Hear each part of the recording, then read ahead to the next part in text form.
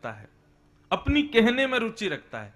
मुझे कभी कभी लगता है कि देवालयों में ठाकुर जी शांत क्यों रहते हैं, क्योंकि हम उनको कुछ कहने का अवसर नहीं देते, हम अपनी अपनी सुनाते रहते हैं। द्वारिकापुरी जाएंगे, द्वारिकाधीश का दर्शन करेंगे, द्वारिकाधीश को प्रणाम करेंगे, अपने दुख दर्द सुनाए आएंगे।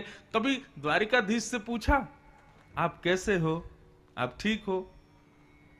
मेरा स्वभाव है, मैं नाथ द्वारा दर्शन करने जाता हूं। श्रीनाथ जी 500 वर्ष पहले नाथ द्वारा गए, उससे पहले गोवर्धन में रहते थे। तो कभी जब भी मैं नाथ द्वार जाता हूं ना, तो श्रीनाथ जी के सामने खड़े होते ही मेरे मन में भाव आता है, हमारे ब्रज को छोरा है और बेचारों 500 वर्ष पहले मुगलन के कारण याकू राजस्थान आनो पड़ो। तो मैं जब भी श्रीनाथ जी के सामने जाता हूं तो मैं अपना कुछ नहीं कह के मैं केवल हाथ जोड़ के ये पूछता हूं, आप ठीक हो? ये सब राजस्थान के लोग आपका ध्यान रखते हैं, बढ़िया प्रेम से पा रहे हो कि नहीं पा रहे, भूख तो नहीं लगती ज्यादा? आप विश्वास माने मेरी बात का, आप ठाकुर जी से या देव से इस प्रकार उनका हाल पूछोगे, वैसे तो उनको कोई दिक्कत नहीं, वो सदैव प्रसन्न है, लेकिन इस प्रकार वार्ता करोगे आपको कभी ना कभी सामने से प्रत्युत्तर मिलेगा, जरूर मिलेगा। मुझे तो हर बार मिलता है। अगली बार वृंदावन आओ तो वृंदावन बिहारी जी से अपना मत बताना, हे बिहारी जी हमारा सब मंगल करो, हे बिहारी जी देवास में सब ठीक हो जाए, हमारे दुकान उकान सब सही चले, ये सब कृपा करो बिहारी जी। ये सब ना कह के केवल बिहारी जी के सन्मुख जाना, हाथ जोड़ के बस पूछना, बिहारी जी आप ठीक हो, आप आनंद में हो, आप प्रसन्न हो, बस आप राजी रहो, आप प्रसन्न रहो। इससे बड़ा कोई भाव हो ही नहीं सकता संसार का। सामान्य हम मानवों की भी इच्छा होती है कि कल को कोई व्यक्ति हमारे पास आवे, अपने दुख दर्द ना बता के हमसे पूछे हम कैसे हैं। और एक केवल भाव की पूर्णता के लिए वास्तविकता में पूछे कोई कैसे हैं। कोई वास्तविकता में पूछ लेता है ना हम कैसे हैं, अपनी सारी थकान ऐसे लगता है कि जैसे मानो नष्ट हो गई हो, सब बिल्कुल ठीक हो गया हो। कोई बस पूछ ले हम कैसे हैं। ठाकुर जी से जाके पूछो आप कैसे हो। हम तो कल गए मां के दर्शन करने, वहां पे भी उनके पास पुजारी जी ने सामने ही बैठा दिया, बोले यहीं बैठ जाओ महाराज जी दर्शन करो। तो मैं तो बस पूछ ही रहा था, मैंने मां आप ठीक हो? समानंद में देवास वाले खूब चकाचक आनंद कराते हैं आपको, सब सुख मिल रहा है, खुश हो? जब ऐसे बात करते हैं ना तब प्रत्युत्तर प्राप्त होता है। गीता का पढ़ने का एक नियम अपना लीजिए, मेरा कहां मानिएगा। गीता को कभी भी सीक्वेंस से तो पढ़ना मत कि पहले श्लोक से शुरू कर रहे हैं और फिर पढ़ते पढ़ते पढ़ते कहां तक पढ़ना। अगली बार एक नया तरीका अपनाना। क्या समझना, ये गीता कौन है? साक्षात कृष्ण है, और मैं कौन हूं? साक्षात अर्जुन हूं। गीता को कहीं से भी खोलिएगा, अपनी जीवन की सारी दुविधाएं, अपनी जीवन की सारी समस्याओं को हृदय में धारण करके गीता को कहीं से भी खोल करके पढ़ना शुरू कीजिएगा। और जहां कहीं भी भगवान कहते हैं कौन्तेय, कौन्तेय माने अर्जुन को संबोधन करते हैं, या किसी भी नाम से भगवान अर्जुन को जब बुलाते हैं, वहां पर अर्जुन का नाम हटा के अपना नाम जोड़ देना। हे इंद्रेश तुम ऐसा करो, हे इंद्रेश तुम ऐसा करो। आप इस प्रकार गीता को पढ़ना शुरू करेंगे, एक दो दिन में आपको ऐसा लगने लगेगा आपकी सारी समस्याओं का समाधान गीता आपको देती है। आज हम सबकी जेब में कौन बैठे हैं पता है आपको? गांधी जी। और इन गांधी जी को हमारी जेब में बैठाने में रुपया वो बनता कहां है? देवास में। देवास में छपते हैं सारे नोट। गांधी जी इतने बड़े व्यक्तित्व के धनी, उनकी जीवनचर्या कभी पढ़ोगे तो वो क्या कहते हैं कि मैं गीता अपने पास रखता था और जब कभी भी समस्या आती थी तो मैं गीता को कहीं से भी खोलता था, लेकिन विडंबना यह कि हर बार एक ही श्लोक खुलता था। गांधी जी बोले एक बार मैंने पुस्तक बदल दी, कि हो सकता है पुरानी पुस्तक हो गई है तो वो पेज कई बार मुड़ जाते हैं, कहीं से भी खोलो वही खुलता है। तो नई पुस्तक मंगाई, कोई दुविधा आ गई थी, कोई समस्या आ गई थी, उन्होंने फिर से गीता खोली तो वही श्लोक खोला। और श्लोक क्या था? असोच्यान्व सोचस्त्वम, हे अर्जुन, तुम जिस बात की चिंता कर रहे हो, जिस बात को सोच रहे हो, ना सोचने वाली बात को सोच के चिंता कर रहे हो, इसको मत सोचो।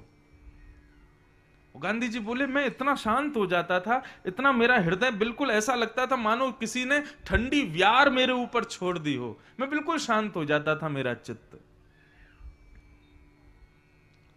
कृष्ण बात करते हैं, कृष्ण चर्चा करते हैं, लेकिन हम चर्चा का अवसर तो दें उनको, हम देते नहीं हैं, इसलिए हमें सुनाई नहीं देती उनकी चर्चाएं।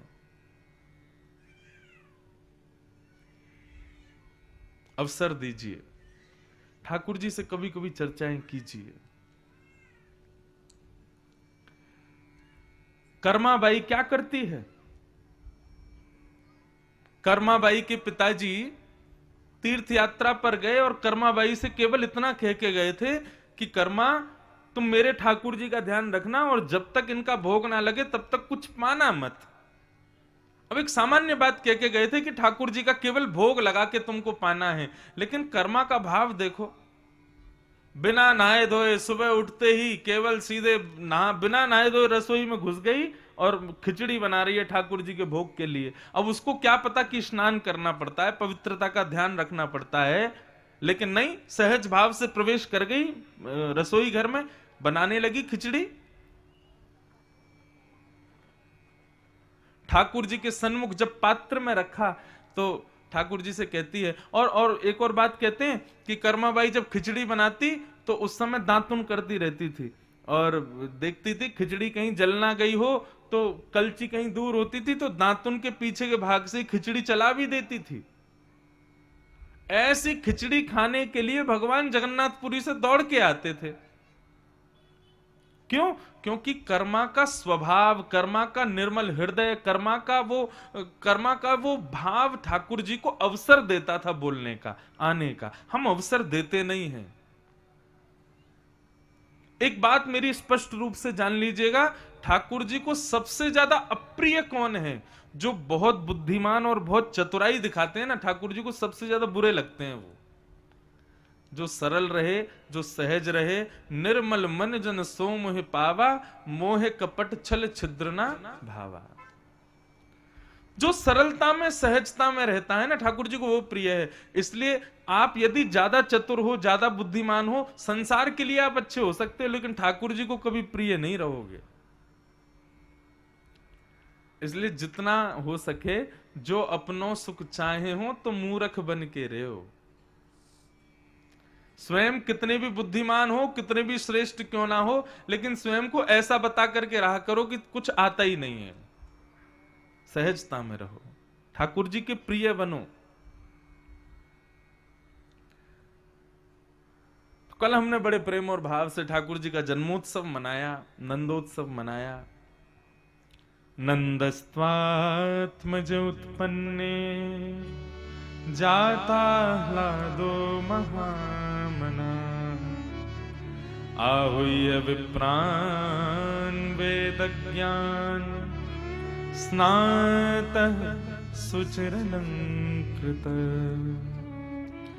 वाचयित्वा स्वस्तेनं